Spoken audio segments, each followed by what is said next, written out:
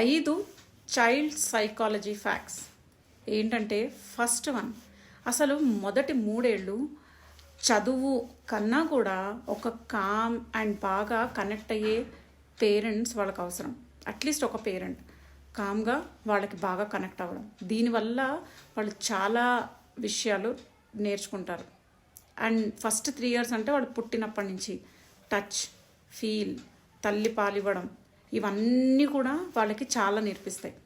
పిల్లలు చెడ్డవాళ్ళు, అల్లరి వాళ్ళు కాదు.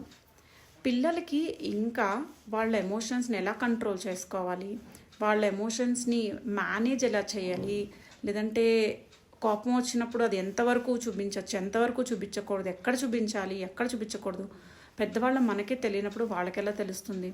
అండ్ ఎమోషన్స్ని మేనేజ్ ఎలా చేయాలి అన్న విషయం మనం వాళ్ళకి నేర్పించాలి. కానీ అసలు ఇప్పుడున్న సాడ్ పరిస్థితి ఏంటంటే, మన నుంచే వాళ్ళు అరవడాలు, మన నుంచే వాళ్ళు విసుక్కోవడం అవి నేర్చుకుంటున్నారు. మీరు కోతి స్టోరీ వినే ఉంటారు, ఇలా ఒక రాయి విసిరేస్తే అది కూడా విసిరేస్తుంది అని. పిల్లలు కూడా అంతే, మంకీ సీ మంకీ డూ. వాళ్ళు మనం ఏం చేస్తున్నామో చూసి దాన్ని చేయడానికి ట్రై చేస్తారు. పిల్లలు ఏం అవ్వాలి అని మనం అనుకుంటున్నామో ఆల్రెడీ అది అయ్యి ఆచరణలో పెడుతూ మనం వాళ్ళకి చూపించాలి. అలాగే బయట ఎంత ఆడితే వాళ్ళు అంత డెవలప్ అవుతారు. దెబ్బ తగిలితే తట్టుకోవడం, గొడవలు పడితే సాల్వ్ చేసుకోవడం, అలాగే గొడవ చేసి దాన్ని సర్ది చెప్పడం, లేదంటే కోపంతో ఇంటికి వచ్చి మళ్ళీ రేపు వెళ్ళి సర్లే పర్లేదని వెళ్ళి కలవడం, ఇవన్నీ కూడా లైఫ్ స్కిల్స్. నలుగురితో కలిసి ఆడడం, కింద పడడం, ఓడిపోవడం, అందులోంచి నేర్చుకోవడం. కాబట్టి ఇది చాలా ఖరీదైన బొమ్మలో లేదంటే ఫోన్ల నుంచో రాదు.